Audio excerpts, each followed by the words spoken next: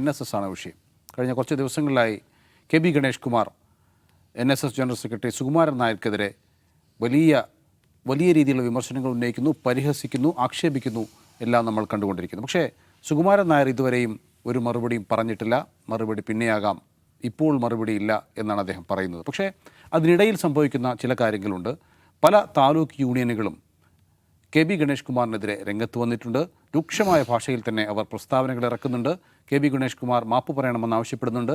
KB Ganesh കുമാറിനെ പുറത്താക്കണമെന്ന് ആവശ്യപ്പെടുന്നുണ്ട്. അങ്ങനെ പല താലൂക്ക് യൂണിയനുകളും ഗണേഷ് കുമാറിനെതിരെ രംഗത്ത് വരികയും ചെയ്തിട്ടുണ്ട്. അജിംസ്, ഈ ഗണേഷ് കുമാർ സുകുമാരൻ നായർ പോരാട്ടം എവിടം വരെ എത്തും കാര്യങ്ങൾ? ഈ കേരളത്തിലെ നായർ കമ്മ്യൂണിറ്റിയുടെ അധപ്പതനം ഒരു വലിയ തോതിലുള്ള റിസർച്ച് സബ്ജക്റ്റാണ്. ഒരുപാട് പുസ്തകങ്ങളൊക്കെ ഇറങ്ങുന്നുണ്ടല്ലേ, ഡിക്ലൈൻ ഓഫ് നായർ ഡൊമിനൻസ്. അപ്പോൾ അതിൽ പ്രധാനപ്പെട്ട ഒരു കാര്യം പറയുന്നത് പല കാര്യങ്ങളുണ്ട്. ഒന്ന് യുദ്ധം, പിന്നെ പറയുന്നത് വിമൻ, വൈൻ, ഇതൊക്കെയാണ് കാരണം എന്നൊക്കെ പറയപ്പെടുന്നുണ്ട്. അതൊരു ഫ്യൂഡൽ ലോകത്ത് ജീവിച്ചിരുന്നൊരു കമ്മ്യൂണിറ്റിയാണത്. ആ കമ്മ്യൂണിറ്റിയുടെ ഒരു സമുദായ സംഘടന എങ്ങനെ പ്രവർത്തിക്കുന്നു എന്നുള്ളത് പൊതുസമൂഹത്തിന് അത്ര വലിയ കാര്യമാക്കേണ്ട കാര്യമില്ല. അത് അവരുടെ സമുദായത്തിൻ്റെ പ്രശ്നങ്ങളാണ്, അവർ തീർത്തോളൂ. പക്ഷേ ഇതിൽ ഒരു ജനപ്രതിനിധിയായിരുന്ന ഒരാളാണ് എതിർവശത്ത് നിൽക്കുന്നത്.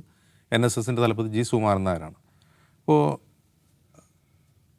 ഗണേഷ് കുമാറിനെ സംബന്ധിച്ച് ഗണേഷ് കുമാറിൻ്റെ ഒരു കഴിഞ്ഞ 25-26 വർഷത്തെ രാഷ്ട്രീയ ജീവിതം എന്ന് പറയുന്നത് ഭയങ്കര രസകരമായ രാഷ്ട്രീയ ജീവിതമാണ്. അദ്ദേഹം LDFലും UDFലും ഉണ്ടായിരുന്ന ആളാണ്. അദ്ദേഹത്തിൻ്റെ പിതാവും അങ്ങനെ തന്നെയായിരുന്നു. അപ്പോൾ അദ്ദേഹത്തിൻ്റെ പിതാവ് അദ്ദേഹമാണല്ലോ ആ പാർട്ടിയുടെ സ്ഥാപകനും പിന്നീട് ഏറ്റവും വലിയ നേതാവായിരുന്ന ആൾ. അപ്പോൾ പിതാവ് സ്വന്തം മകനെ പറ്റി എന്താണ് പറഞ്ഞിട്ടുള്ളത് എന്നുള്ളത് രസകരമായിട്ട് ഓർക്കണം. അതായത് ഗണേഷ് കുമാറിനെ പറ്റി ഏറ്റവും കൂടുതൽ ഭള്ള് പറഞ്ഞിട്ടുള്ളത് സുകുമാരൻ നായരല്ല, അദ്ദേഹത്തിൻ്റെ പിതാവാണ്.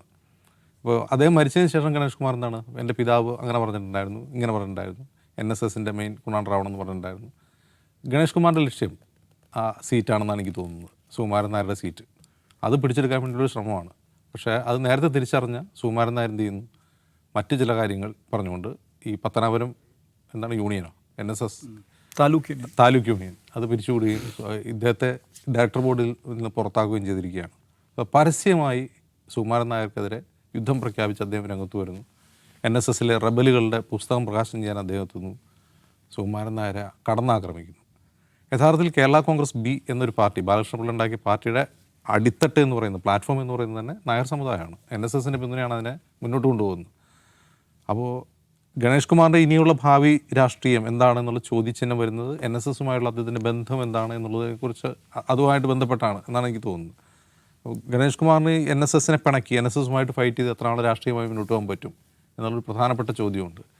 ആ ചോദ്യത്തിൽ ഗണേഷ് കുമാർ ഇപ്പോൾ ഒരുപാട് ദുർബലനാണ്. പല കാരണങ്ങളാൽ ദുർബലനാണ്. ഒന്ന്, വ്യക്തിപരമായ അദ്ദേഹം ദുർബലനാണ്. ഒരുപാട് ആരോപണങ്ങളും പ്രശ്നങ്ങളും കലഹങ്ങളൊക്കെ ഉണ്ടായതാണ് അദ്ദേഹത്തിൻ്റെ രാഷ്ട്രീയ ജീവിതത്തിൽ. മറ്റൊന്ന്, രാഷ്ട്രീയമായ അദ്ദേഹം ദുർബലനാണ്. പത്തനാപുരത്ത് അദ്ദേഹത്തിന് 20,000-ലധികം ഭൂരിപക്ഷം ഉണ്ടായിരുന്നതാണ്. ആ ഭൂരിപക്ഷമൊക്കെ പോയി, അദ്ദേഹം തോറ്റു. ഇനി അവിടെ തിരിച്ചു വരിക എന്നുള്ളത് അദ്ദേഹത്തെ സംബന്ധിച്ച്, അദ്ദേഹം ഭയങ്കര ജനകീയനൊക്കെ ആയിരുന്നു ആ സമയത്ത്. പക്ഷേ അദ്ദേഹത്തെ തോൽപ്പിച്ചത് എന്താണെന്നുകൂടി അദ്ദേഹം പഠിക്കണം. മറ്റൊന്ന്, NSSനെ നന്നാക്കിയെടുക്കുക എന്നുള്ളതാണ് അദ്ദേഹത്തിൻ്റെ ലക്ഷ്യം എന്നാണ് അദ്ദേഹത്തിന് ഇത് തോന്നുന്നത്. NSSനെ എങ്ങനെ നന്നാക്കാനാണ് അദ്ദേഹം NSSനെ നന്നാക്കാൻ വേണ്ടി ഉന്നയിക്കുന്ന ഒരു പ്രധാനപ്പെട്ട പ്രശ്നം, അതാണ് ഏറ്റവും പ്രോബ്ലമാറ്റിക് ആയിട്ടുള്ളത്. പെരുന്നയിലെ മന്നം സമാധി അതെല്ലാവർക്കും വേണ്ടി തുറന്നു കൊടുക്കണം എന്നുള്ളതാണ് അദ്ദേഹത്തിൻ്റെ ഒരു ആവശ്യം. ഇപ്പോൾ NSSനോട് പലതരത്തിൽ വിയോജിപ്പുള്ള ആളുകളുണ്ട്, രാഷ്ട്രീയമായും അല്ലാതെയൊക്കെ വിയോജിപ്പുള്ള ആളുണ്ട്. പക്ഷേ NSSനെയും സുകുമാരൻ നായരെയും കേരള രാഷ്ട്രീയത്തിൽ പ്രസക്തമാക്കുന്ന ഒരു പ്രധാനപ്പെട്ട കാര്യം അദ്ദേഹം സംഘപരിവാറിനോട് നോ പറയുന്നു എന്നുള്ളിടത്താണ്. നമുക്കറിയാം, കേരളത്തിലെ ഏറ്റവും കൂടുതൽ BJPക്ക് ഏറ്റവും കൂടുതൽ വോട്ട് കിട്ടുന്ന ഒരു കമ്മ്യൂണിറ്റിയാണ് നായർ കമ്മ്യൂണിറ്റി. എന്നിട്ട് പോലും ഏറ്റവും കൂടുതൽ ഒരുപക്ഷെ BJP പ്രവർത്തകരുള്ള ഒരു കമ്മ്യൂണിറ്റി ആയിരിക്കും നായർ കമ്മ്യൂണിറ്റി. എന്നിട്ട് ആ നായർ കമ്മ്യൂണിറ്റിയുടെ ഒരു സംഘടനയായിരിക്കും തന്നെ അതിനെ ഹൈജാക്ക് ചെയ്യാൻ സംഘപരിവാറിനെ അദ്ദേഹം അനുവദിച്ചിട്ടില്ല ഇപ്പോഴും. അദ്ദേഹം ആകെ ഏറ്റവും കൂടുതൽ ഒരു ഹാർഡ് സ്റ്റാൻഡ് എടുത്ത് നിൽക്കുന്നത് തന്നെ BJPയുടെ RSSനോടും തന്നെയാണ്. അതിനർത്ഥം പൂർണ്ണമായ ഐഡിയോളജിയിൽ അതിനോട് പടവിട്ടു എന്നുള്ളതല്ല, തൻ്റെ സംഘടനയെ സംഘപരിവാർ ഹൈജാക്ക് ചെയ്യാൻ അദ്ദേഹം ഇതുവരെ സമ്മതിച്ചിട്ടില്ല. അവിടെയാണ് ഗണേഷ് കുമാർ എന്ത് പറയുന്നത്, മന്ന സമാധി എല്ലാവർക്കും വേണ്ടി തുറന്നു കൊടുക്കണം. അദ്ദേഹം തുറന്നു കൊടുക്കില്ല എന്നല്ല പറയുന്നത്. ഈ പറയുന്ന BJPക്കാർ ഈ സമാധിയെയും NSSനെയും ഹൈജാക്ക് ചെയ്യാതിരിക്കാൻ വേണ്ടിയുള്ള ശ്രമങ്ങളാണ് അദ്ദേഹം നടത്തുന്നത്. നായ കയറി പരിശോധിച്ചിട്ട് മന്ന സമാധിയിൽ രാഷ്ട്രപതിയോ ഉപരാഷ്ട്രപതിയോ വരണ്ട എന്നൊക്കെ പറയാനുള്ളൊരു തൻ്റെ ഇടം അദ്ദേഹത്തിനുണ്ട്. ആ തൻ്റെ ഇടം അദ്ദേഹം പ്രകടിപ്പിക്കുന്നത് എന്തുകൊണ്ടാണ്, ഒരിടം കൊടുത്തു കഴിഞ്ഞാൽ സംഘപരിവാർ ഇതിനെ വിഴുങ്ങുമെന്ന് അദ്ദേഹത്തിന് നന്നായിട്ട് അറിയാം. അപ്പോൾ അവിടെയാണ് ഗണേഷ് കുമാർ എന്ത് ചെയ്യുന്നത്, മന്ന സമാധി എല്ലാവർക്കും തുറന്നു പോകണം എന്ന് പറഞ്ഞാൽ അദ്ദേഹം BJPക്ക് വേണ്ടിയാണ് സംസാരിക്കുന്നത്, RSSന് വേണ്ടിയാണ് അദ്ദേഹം സംസാരിക്കുന്നത് എന്ന ബോധം ഗണേഷ് കുമാറിനുണ്ടാവണം. അതാണ് ഏറ്റവും പ്രധാനപ്പെട്ട ഇതിലൊരു ഫ്ലാഷ് പോയിൻ്റ് എന്ന് പറയുന്നത്, ഈ വിവാദത്തിലെ ഫ്ലാഷ് പോയിൻ്റ്. അതിനപ്പുറം ഇതൊരു നായർ കലാപമാണ്, അത് ചെവിയിൽ കൂടെയുള്ള നായരും ഇല്ലാത്ത നായരും തമ്മിലുള്ള കലാപം എന്നൊക്കെ വേണമെങ്കിൽ പറയാം. അത് അവർ തന്നെ തീർത്തോളെന്ന് എനിക്ക് തോന്നുന്നു.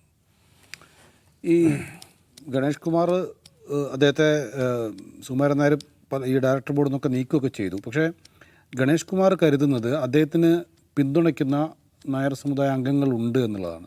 അങ്ങനെയെങ്കിൽ അദ്ദേഹം മറ്റൊരു രീതിയിൽ പ്രവർത്തിച്ച് ആ പ്രസ്ഥാനത്തിൽ ഒരു പിളർപ്പുണ്ടാക്കാനൊക്കെ ശ്രമിക്കാനുള്ള സാധ്യതയുണ്ടോ?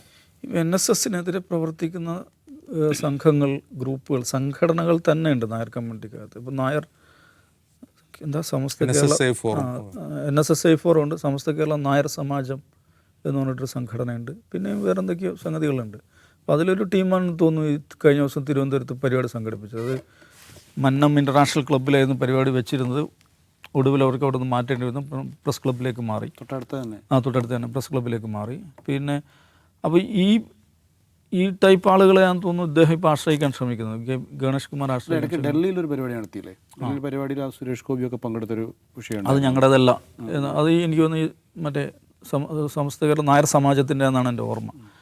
അപ്പോൾ ഇത് സുകുമാരൻ നായരുടെ നേതൃത്വത്തിനെതിരായിട്ടുള്ള കലാപങ്ങൾ, വിമർശനങ്ങൾ നേരത്തെ ഉണ്ട് ഈ നായർ കമ്മ്യൂണിറ്റിക്കകത്തിന്.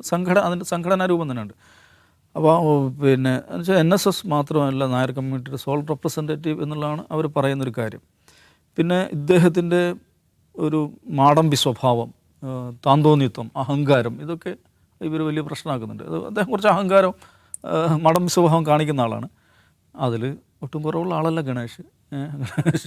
ഗണേശിന് ഞാൻ ഏത് അച്ഛൻ്റെ മകനാണെന്ന് അറിയാമല്ലോ എന്ന് ഇന്നലത്തെ ഈ തിരുവനന്തപുരം പ്രസംഗത്തിൽ പറയുന്നുണ്ട്. അപ്പോൾ ജി സുകുമാരൻ നായരുടെ പ്രശ്നം എന്താണെന്ന് വെച്ചാൽ ഒരാൾ കാണാൻ വന്നാൽ അയാളോട് മുഖത്ത് നോക്കില്ല, ഇരിക്കാൻ പോലും പറയില്ല. ഞാനതല്ല, ഞാൻ കസേര വലിച്ചിട്ടിരിക്കും, ഞാൻ ആരുടെ മകനാണെന്ന് അറിയാമല്ലോ എന്നാണ് ഗണേഷ് കുമാർ പറയുന്നത്. അപ്പോൾ ഈ സംഘർഷം കുറച്ച് നേരത്തെ ഉള്ളതാണ്. ഇപ്പം അതിനുണ്ടായൊരു പ്രത്യേകത എന്ന് വെച്ചാൽ ഗണേഷ് കുമാറിനെ പോലെ ഒരു താരമൂല്യമുള്ള ഒരാൾ അതിൻ്റെ നേതൃസ്ഥാനത്ത് വന്നു, അല്ലെങ്കിൽ NSSനെതിരായിട്ടുള്ള ജി സുകുമാരൻ നായരുടെ നേതൃത്വത്തിനായിട്ടുള്ള കലാപത്തിൻ്റെ നേതൃസ്ഥാനത്ത് ഒരു താരമൂല്യമുള്ള ഒരാൾ വന്നു എന്നുള്ളതാണ് ഇപ്പോഴത്തെ പ്രത്യേകത. അനൂപ് ചന്ദ്രൻ ഉണ്ടായിരുന്നു. അനൂപ് ചന്ദ്രൻ ഭീകരമായിട്ടാണ് പ്രസംഗിക്കുന്നത്. അവിടെ നമ്മൾ ചങ്ങനാശ്ശേരിയിലേക്കൊരു യാത്ര നടത്തണം, ഒരു പുഷ്പയാത്ര, അതിലൊരു ഗ്രീത്ത് കൂടെ ഉണ്ടാവണം. ഗ്രീത്ത് മറ്റേയാൾക്ക് വെച്ച് കൊടുക്കണം എന്നൊക്കെയാണ് ഇദ്ദേഹം പറയുന്നത്. മാരകമായിട്ടുള്ള പ്രസംഗമായിരുന്നു. അപ്പോൾ ഈ സുകുമാരൻ നായരുടെ അഹങ്കാരം, ധാർഷ്ട്യം, ഇതിനെതിരൊക്കെ തന്നെയാണ് അനൂപ് ചന്ദ്രൻ സംസാരിക്കുന്നത്. അപ്പോൾ ഇതിൽ ഒരു പ്രശ്നം എന്ന് വെച്ചാൽ സുകുമാരൻ നായരുടെ നിലപാടുകൾ പലതും അദ്ദേഹം സ്വീകരിക്കുന്ന സമീപനമുള്ള അഹങ്കാരത്തിൻ്റെയും ധാർഷ്ട്യത്തിൻ്റെ നിലപാടുകൾ സ്വീകരിക്കുന്നു. അത് മറ്റ് പലരും അതിന് ഒരർത്ഥത്തിൽ ചൂടനുഭവിച്ച ആളുകളാണ്. അദ്ദേഹത്തിൻ്റെ പ്രകൃതത്തിൽ അതുണ്ട്. പക്ഷെ ഇന്നലെ ഗണേഷ് കുമാർ അദ്ദേഹത്തിൻ്റെ പ്രസംഗത്തിൽ പറയുന്ന വേറെ ചില കാര്യങ്ങളുണ്ട്. സ്വന്തം കുടുംബത്തിൽ നിന്ന് 43 ആളുകൾക്ക് NSSൽ ജോലിയുണ്ട് എന്നാണ് പറയുന്നത്. സുകുമാരൻ നായർക്കെതിരെ ഉന്നയിക്കുന്നൊരു ആരോപണമാണ്. NSSൽ ജോലിയുണ്ടെന്ന് വെച്ചാൽ NSS അനുബന്ധ സ്ഥാപനം, NSSൻ്റെ സ്ഥാപനങ്ങൾ ഗവൺമെൻറ് സാലറി ലഭിക്കുന്ന തൂപ്പുകാർ മുതൽ പ്രിൻസിപ്പൽ വരെ ആ കുടുംബത്തിലുണ്ടെന്നാണ് പറയുന്നത്. അതാണ് ഒരു വിമർശനമായിട്ട് കൊണ്ടുവരുന്ന കാര്യം. രണ്ടാമത്തെ കാര്യം, NSSനെതിരെ ഒരു കേസ് നടക്കുന്നുണ്ട്. അത് കമ്പനി ആക്ടുമായി ബന്ധപ്പെട്ടൊരു കേസാണ്. ആ കേസ് 89 തവണ മാറ്റിവെച്ചു അത്രേ. അതെങ്ങനെയാണ് ഒരു കേസ് 89 തവണ മാറ്റിവെക്കാൻ പറ്റുന്നത്? ഇതാണ് ഗണേഷ് കുമാറിൻ്റെ അടുത്ത ഒരു വിമർശനം, ഒരു ആരോപണം എന്ന് പറയുന്നത്. പിന്നെ ധനലക്ഷ്മി ബാങ്കുമായി ബന്ധപ്പെട്ട ധനലക്ഷ്മി ബാങ്കിൽ ഇദ്ദേഹത്തിന് വേണ്ടപ്പെട്ട ഏതൊരാൾ, ബന്ധുവാണോ എന്ന് എനിക്ക് സംശയമുണ്ട്, എന്ന് ഒരാൾ മരുമകൻ ഒരു തട്ടിപ്പിന് പിടിക്കപ്പെടുന്നു. തൊട്ടുടനെ സംഭവിക്കുന്നതെന്ന് വെച്ചാൽ ഈ ധനലക്ഷ്മി ബാങ്കിൻ്റെ വിവിധ ബ്രാഞ്ചുകളിൽ NSSൻ്റെ ഫണ്ടുകൾ, NSSൻ്റെ നിക്ഷേപങ്ങൾ വിഡ്രോ ചെയ്യുന്നു. പൊടുന്നനെ വിത്തിൻ അവേഴ്സ് അത് സംഭവിക്കുന്നു. ഇങ്ങനെയൊക്കെയുള്ള ചില കാര്യങ്ങൾ. അപ്പോൾ ഇതിൽ ഇപ്പോൾ 43 കുടുംബത്തിൽ നിന്ന് തന്നെ 43 ആളുകൾ ഇതിനകത്ത് ജോലി ചെയ്യുന്നു. 89 തവണ കേസുകൾ മാറ്റിവെച്ചു. അതിൻ്റെ അത് വേറെ നിലക്ക് അന്വേഷിക്കപ്പെടേണ്ട കാര്യമാണ്. ഗണേഷ് കുമാറിൻ്റെ പ്രസംഗത്തിൽ പറഞ്ഞ ആ വിവരമല്ലാതെ നമുക്കതിനെക്കുറിച്ചൊന്നുമില്ല. ഇത് സുകുമാരൻ നായർക്ക് ഈ ധാർഷ്ട്യമുണ്ട്, ധിക്കാരമുണ്ട്, അദ്ദേഹം ഏകാധിപത്യപരമായിട്ടാണ് പ്രവർത്തിക്കുന്നതെന്ന് സാമാന്യമായിട്ട് ഇതിനെ നോക്കിക്കാണുന്ന എല്ലാവർക്കും മനസ്സിലാവും. പക്ഷേ ഇത്തരം സംഗതികൾ, സംവിധാനങ്ങളുടെ പ്രത്യേകത ധാർഷ്ട്യവും ധിക്കാരവും ഉണ്ടായിരിക്കുമ്പോൾ തന്നെ അതേ അളവിൽ ലോയൽറ്റി ഉണ്ടാവും, അതേ അളവിൽ വിധേയത്വം ഇത്തരം സംവിധാനങ്ങളുണ്ടാവും. വിധേയരായി നിൽക്കുകയാണ് ബാക്കിയുള്ള ആൾ ചെയ്യുന്നത്. പക്ഷേ ഗണേഷ് കുമാർ അങ്ങനെയല്ല. മാടമ്പി സ്വഭാവമാണ്, ഞാനും അതേക്കാൾ മികച്ച മാടമ്പിയാണ് എന്നും അത് എസ്റ്റാബ്ലിഷ് ചെയ്യാൻ, അത് പ്രൂവ് ചെയ്യാൻ സാധിക്കുന്ന ആ നിലക്കുള്ള വ്യക്തിത്വവും രാഷ്ട്രീയ പരിചയവും എല്ലാം ഉള്ള ആളാണ്. രാഷ്ട്രീയ പാരമ്പര്യമൊക്കെ ഉള്ള ആളാണ് ഗണേഷ് കുമാർ. മുട്ടയിൽ നിൽക്കാം എന്നുള്ളതാണ്. പക്ഷേ ഇതേ ഗണേഷ് കുമാർ ഏതാനും മാസങ്ങൾക്ക് മുമ്പ് ഇതേ ജി സുകുമാരൻ നായരെ കുറിച്ച് എന്തൊക്കെയായിരുന്നു പറഞ്ഞിരുന്നത്? പിതൃതുല്യം എന്ന് മാത്രമല്ല, അച്ഛൻ മരിക്കുമ്പോൾ അച്ഛൻ്റെ വസിയത്താണെന്ത് സുകുമാരൻ നായർ നല്ലോണം ശ്രദ്ധിക്കണം വെച്ചാൽ നെഗറ്റീവ് സെൻസിലല്ല, അദ്ദേഹത്തിൻ്റെ കാര്യങ്ങളിലൊക്കെ അദ്ദേഹത്തിന് വേണ്ട സേവകളൊക്കെ ചെയ്തു കൊടുക്കണമെന്ന് അച്ഛൻ എന്നോട് വസിയത്ത് ചെയ്തിട്ടെന്ന് പ്രസംഗിച്ച ആളാണ്. അപ്പോൾ പൊടുന്നൻ എന്താണ് ഈ മാറ്റം വന്നതെന്ന് വെച്ചാൽ നമുക്കറിയില്ല. എന്താ internal chemistry, of course taluk union president സ്ഥാനത്ത് ഡയറക്ടർ ബോർഡിൽ നിന്ന് മാറ്റിയിട്ട് ഇതൊക്കെ അദ്ദേഹത്തെ വേദനിപ്പിച്ചിട്ടുണ്ടാകാം. അതുമാത്രമല്ല, തൻ്റെ പരാജയത്തിന് കാരണം ഇങ്ങനെയാണ് എന്ന് അദ്ദേഹം സംശയിക്കുന്നുണ്ടോ എന്നൊരു പ്രശ്നമുണ്ട്. 1500 വോട്ടിനോ മറ്റാണ് പരാജയപ്പെടുന്നത്. അതിൽ നോക്കൂ, മൊത്തത്തിൽ ഇടതുപക്ഷ വിരുദ്ധ തരംഗമുണ്ടായ തെരഞ്ഞെടുപ്പാണ്. അതിൽ ഗണേഷ് കുമാർ ഇതുവരെ ഒരാളാണ്. പക്ഷേ പത്തനാപുരത്ത് തോറ്റു. അപ്പോൾ അതിന് സുകുമാരൻ നായർക്ക് അതിൽ പങ്കുണ്ടോ എന്ന് വെച്ചാൽ നമുക്കറിയില്ല. പക്ഷേ ഗണേഷ് കുമാർ മനസ്സിലാക്കേണ്ട കാര്യം, ഗണേഷ് കുമാറിനേക്കാൾ വലിയ മന്ത്രിമാരൊക്കെ തോറ്റ തെരഞ്ഞെടുപ്പാണിത്. അതിൻ്റെ പേരിലാണ് ഈ പറയുന്ന ഈ ഫൈറ്റ് എങ്കിൽ അതത്ര ലോജിക്കലാണെന്ന് എനിക്ക് തോന്നുന്നില്ല. ഇതിൽ വേറൊരു പ്രശ്നം എന്ന് വെച്ചാൽ NSS എന്ന് പറയുന്ന പ്രസ്ഥാനം കേരളത്തിലെ നായർ കമ്മ്യൂണിറ്റിയുടെ ജീവിതത്തിൻ്റെ എല്ലാ അടരുകളിലും വളരെ സജീവമായി ഇടപെട്ട, വളരെ വലിയ രീതിയിലുള്ള കോൺട്രിബ്യൂഷൻ ആ കമ്മ്യൂണിറ്റിയെ സംബന്ധിച്ച് വളരെയധികം കോൺട്രിബ്യൂട്ട് ചെയ്തിട്ടുള്ളൊരു പ്രസ്ഥാനമാണ്. പക്ഷേ നോക്കൂ, ഇപ്പോൾ വിദ്യാഭ്യാസ രംഗത്താണ് ഒരു പ്രധാനമായിട്ട് ഒരു ഫോക്കസ് ചെയ്യുന്ന ഒരു ഏരിയ. പരമ്പരാഗതമായിട്ടുള്ള വിദ്യാഭ്യാസം നമ്മളെ പരമ്പരാഗത കോഴ്സുകൾ കൊടുക്കുന്ന ആർട്സ് ആൻഡ് സയൻസ് കോളേജുകൾ, അത് ഗ്രാജുവേറ്റ് ലെവൽ കോഴ്സാണ്, പോസ്റ്റ് ഗ്രാജുവേറ്റ് ലെവൽ കോഴ്സാണെങ്കിലും അതൊക്കെ നടത്തിക്കൊണ്ട് പോകുക എന്നതിലപ്പുറം പുതിയ കാലത്ത് ഏതെങ്കിലും നിലക്കുള്ളൊരു ചുവടുവെപ്പ് വിദ്യാഭ്യാസ രംഗത്താകട്ടെ, സാങ്കേതിക വിദ്യാഭ്യാസ രംഗത്താകട്ടെ, അല്ലെങ്കിൽ വേറെ നിലക്കുള്ള വ്യവസായ രംഗത്ത്, ഇൻഡസ്ട്രിയിൽ മൊത്തത്തിൽ വന്നുകൊണ്ടിരിക്കുന്ന മാറ്റങ്ങൾ, ഇക്കണോമിയിൽ വന്നുകൊണ്ടിരിക്കുന്ന മാറ്റങ്ങൾ, ഇതിനൊക്കെ അഡ്രസ്സ് ചെയ്തുകൊണ്ടുള്ള എന്തെങ്കിലും ഒരു മൂവ്മെൻറ്റ് അല്ലെങ്കിൽ എന്തെങ്കിലും ഒരു ഇൻസ്റ്റിറ്റ്യൂഷണലായിട്ടുള്ള എന്തെങ്കിലും ഒരു മുൻകൈ NSSൻ്റെ ഭാഗത്തുണ്ടായെന്ന് വെച്ചാൽ ഇല്ല. മുമ്പുണ്ടാക്കിയ ആ കോളേജുകൾ ഇങ്ങനെ നടത്തിക്കൊണ്ടു പോകുന്നതാണ്. അവിടെ തന്നെ മുമ്പുണ്ടായതിൻ്റെ പകുതി കുട്ടികളെ പലയിടത്തുള്ള മനസ്സിലാണ്. പല കോളേജുകളും പഠിക്കാൻ വിദ്യാർത്ഥികൾ പോലും ഇല്ല. ആർട്സ് കോളേജാവട്ടെ, സയൻസ് കോളേജാവട്ടെ. ഇപ്പോൾ നോക്കൂ, പുതിയ പല വിദ്യാഭ്യാസ രംഗത്ത് തന്നെ നോക്കാം. എഞ്ചിനീയറിംഗ് കോളേജ്, NSSന് എവിടെ എഞ്ചിനീയറിംഗ് കോളേജ്? നേരത്തെ പാലക്കാടുള്ള എഞ്ചിനീയറിംഗ് കോളേജ് ഉണ്ട്, ഒരു മെഡിക്കൽ കോളേജ് അവർ നടത്തുന്നില്ല. അല്ലെങ്കിൽ എയ്ഡഡ് കോളേജുകളെല്ലാം ഏതാണ്ടെല്ലാം എയ്ഡഡ് തന്നെയാണ് അവരുടെ. ഇപ്പോൾ ന്യൂ ജനറേഷൻ കോഴ്സുകൾ, ന്യൂ ജനറേഷൻ കോളേജുകൾ, ഇങ്ങനെയുള്ള സംഗതികളൊന്നുമില്ല. ഒരു 70s 80s സ്തംഭിച്ചു പോയിരിക്കുകയാണ് ആ പ്രസ്ഥാനം എന്ന് പറയുന്നത്. അവരുടെ ഫോക്കസ് ഗവൺമെൻറ് ജോബായിരുന്നു. ഗവൺമെൻറ് ജോബ് അതിലവർ ഒക്കെ നന്നായിട്ട് ഫോക്കസ് ചെയ്തു. സംവരണത്തിനെതിരായിട്ട് ദീർഘമായുള്ള സമരം നടത്തി. അതിൽ അവർ മിഷൻ അക്കംപ്ലിഷ്ഡ് ആണ്. എന്നുവെച്ചാൽ EWS എന്ന് പറയുന്ന സംഗതി അവർ നടപ്പാക്കിയെടുത്തു. പക്ഷേ പുതിയ തലമുറയെ നോക്കൂ, അവർ ഈ ഗവൺമെൻറ് ജോബിലേക്ക് എത്രത്തോളം അട്രാക്റ്റഡ് ആണ്, അവർക്കതിലെന്താ വലിയ കാര്യമുണ്ട്, പഴയൊരു താല്പര്യമുണ്ടോ എന്ന് പറഞ്ഞാൽ കാലത്തിനനുസരിച്ച് നവീകരിക്കുന്നതിൽ പരാജയപ്പെട്ടു പോയൊരു പ്രസ്ഥാനമാണ്.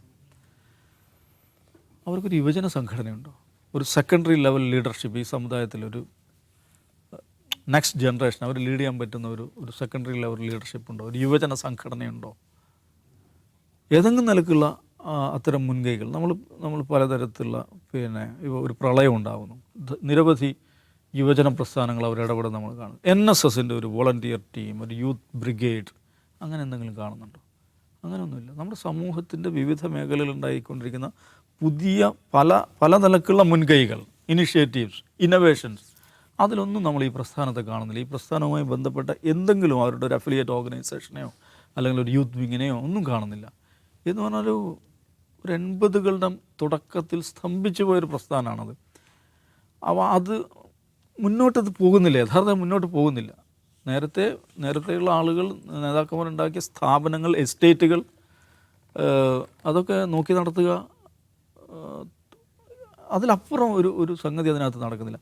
അപ്പോൾ അങ്ങനെ സ്തംഭിച്ചു പോയ പ്രസ്ഥാനങ്ങൾക്കകത്ത്, അതിൽ തന്നെ ഒരു നേതാവ് ഇങ്ങനെ നിൽക്കുക, സ്തംഭിച്ചു പോയ അടഞ്ഞു കിടക്കുന്ന പ്രസ്ഥാനങ്ങൾക്കകത്തുണ്ടാകുന്ന മാലിന്യങ്ങളുടെ തിളപ്പുണ്ടല്ലോ, അതുകൂടെ ഈ സംഘർഷങ്ങളുടെ ഒരു കാരണമായിട്ട് നമ്മൾ കാണണം.